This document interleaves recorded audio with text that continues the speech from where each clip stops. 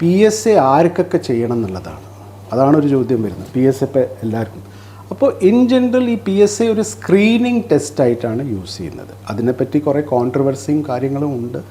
ഇപ്പോൾ ഒരു US task ഫോഴ്സൊക്കെ പണ്ട് പറഞ്ഞിരുന്നു സ്ക്രീനിങ് ടെസ്റ്റിന് ഇത് PSA എല്ലാവർക്കും കാട് കയറി ചെയ്യരുതെന്ന്.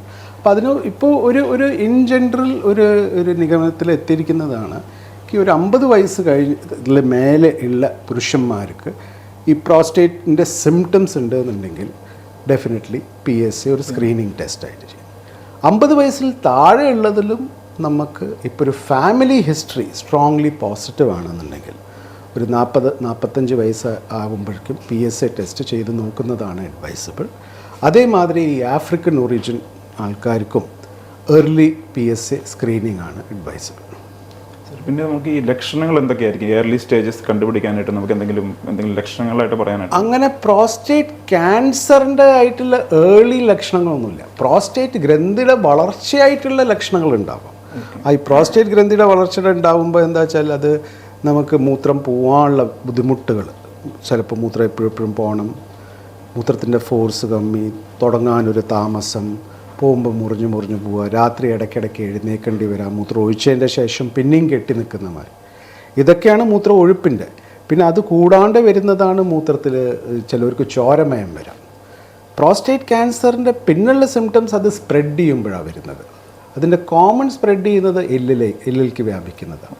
അങ്ങനെ ഉണ്ടാകുമ്പോഴാണ് ഈ എല്ലിൻ്റെ വേദന, ബോൺ പെയിൻ, അല്ലെങ്കിൽ ചിലവർക്ക് ഫ്രാക്ചർ, അതൊക്കെ അഡ്വാൻസ് സ്റ്റേജ് ഓഫ് പ്രോസ്റ്റേറ്റ് ക്യാൻസറിലാണ് ആ സിംറ്റംസ് വരും. പക്ഷേ ഏർലി സ്റ്റേജിലുള്ള സിംറ്റംസ് അത് പ്രോസ്റ്റേറ്റിൻ്റെ സാധാ വളർച്ചയും പ്രോസ്റ്റേറ്റിൻ്റെ ക്യാൻസറിൻ്റെയും സെയിം സിംറ്റംസാണ്. അതിൻ്റെ ടെസ്റ്റുകൾ വെച്ചിട്ടും നമ്മുടെ പരിശോധനകൾ, നമ്മൾ പ്രോസ്റ്റേറ്റ് നമ്മൾ ആണുങ്ങൾ പരിശോധിക്കുന്നത് മലദ്വാരത്തിൽ കൂടെയാണ് അത് പരിശോധിക്കുന്നത്. അപ്പോൾ ആ പരിശോധനയിലും പിന്നെ ഈ പറഞ്ഞ PSA ടെസ്റ്റും അതിൻ്റെ കാര്യങ്ങൾ നോക്കിയിട്ടാണ് നമ്മൾ പ്രോസ്റ്റേറ്റ് ക്യാൻസർ ഉണ്ടോ ഇല്ലയോ എന്നുള്ളതൊക്കെ തീരുമാനിക്കുന്നത്. സർ, ഇതിൻ്റെ സർജറി അല്ലെങ്കിൽ ഇതിൻ്റെ ട്രീറ്റ്മെൻറ്റ് എങ്ങനെയായിരിക്കും? ചികിത്സ ഡിപ്പെൻഡ് ചെയ്യുന്ന ഈ പ്രോസ്റ്റേറ്റ് ക്യാൻസറിൻ്റെ സ്റ്റേജ് അനുസരിച്ചിട്ടാണ്.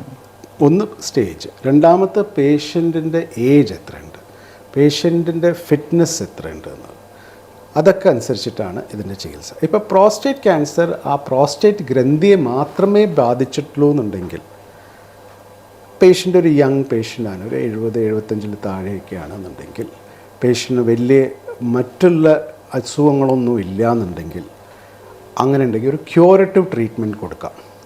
ഈ ക്യൂറേറ്റീവ് ട്രീറ്റ്മെൻറ്റ് എന്ന് പറയുമ്പോൾ ഒന്നുള്ളത് സർജറിയാണ്.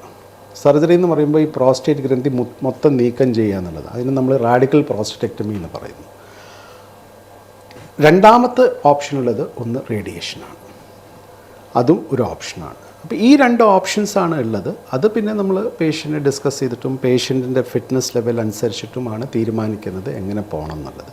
ബട്ട് ഇൻ ജനറൽ പേഷ്യൻ്റ് ഒരു പ്രായം കുറഞ്ഞ്, അത് ലൈക്ക് 70 താഴെയാണ്, വലിയ ബാക്കിയുള്ള അസുഖങ്ങളൊന്നുമില്ല, നല്ല ആക്റ്റീവാണ്, ആ ഗ്രന്ഥിയെ മാത്രമാണ് ബാധിച്ചിട്ടുള്ളത് എന്നുണ്ടെങ്കിൽ സർജറി ഒരു ചെറിയൊരു പ്രസിഡൻസ് എടുക്കാം. പിന്നെ സർജറിക്ക് അവർക്ക് താല്പര്യമില്ല എന്നുണ്ടെങ്കിൽ റേഡിയേഷനിലേക്ക് പോകും. അതേമാതിരി 70 മേലെ ഉണ്ടെന്നുണ്ടെങ്കിൽ സർജറിയും റേഡിയേഷനും ഈക്വൽ ഒരു ഇതായിട്ടാണ് വരുന്നത്. അപ്പോൾ ഇതൊക്കെ നമ്മൾ അതിൻ്റെ സ്റ്റേജ് അനുസരിച്ചിട്ടും ഏജ് അനുസരിച്ചിട്ടും അവരുടെ ഫിറ്റ്നസ് ലെവൽ അനുസരിച്ചിട്ടും തീരുമാനിക്കണം. അപ്പോൾ ഇതാണ് മെയിൻ ആയിട്ടുള്ള ഓപ്ഷൻസ്. പ്രോസ്റ്റേറ്റ് ഗ്രന്ഥിയെ മാത്രമാണ് ആ ക്യാൻസർ ബാധിച്ചത്. അത് ക്യാൻസർ സപ്പോസ് അതിന്ന് പുറത്തിറങ്ങിയിട്ടുണ്ടെന്നുണ്ടെങ്കിലും ചികിത്സ ഉണ്ട്, ചികിത്സ ഇല്ല എന്നുള്ളതല്ല, അതിനതായിട്ടുള്ള ചികിത്സകളുണ്ട്. അത് ഡിപ്പെൻഡ് ചെയ്യും. ഇപ്പോൾ ഭയങ്കര സ്പ്രെഡാണോ അല്ലെങ്കിൽ കുറച്ച് മാത്രമേ പ്രോസ്റ്റേറ്റ് ഗ്രന്ഥിയും പുറത്തിറങ്ങിയിട്ടുണ്ടെങ്കിൽ റേഡിയേഷൻ ഒരു നല്ലൊരു ഓപ്ഷനാണ്. പിന്നെ ഹോർമോൺ ചികിത്സ ഉണ്ട് ഇതിന്. ഈ ഹോർമോൺ ചികിത്സ എന്ന് പറയുമ്പോൾ നമ്മൾ ആണുങ്ങളിൽ ഉണ്ടാവുന്ന ഗ്രന്ഥി അത് ഹോർമോൺ ടെസ്റ്റോസ്റ്ററോൺ എന്ന് പറയും. അത് നമ്മുടെ 2 വൃഷ്ണത്തിൽ നിന്നാണ് വരുന്നത്.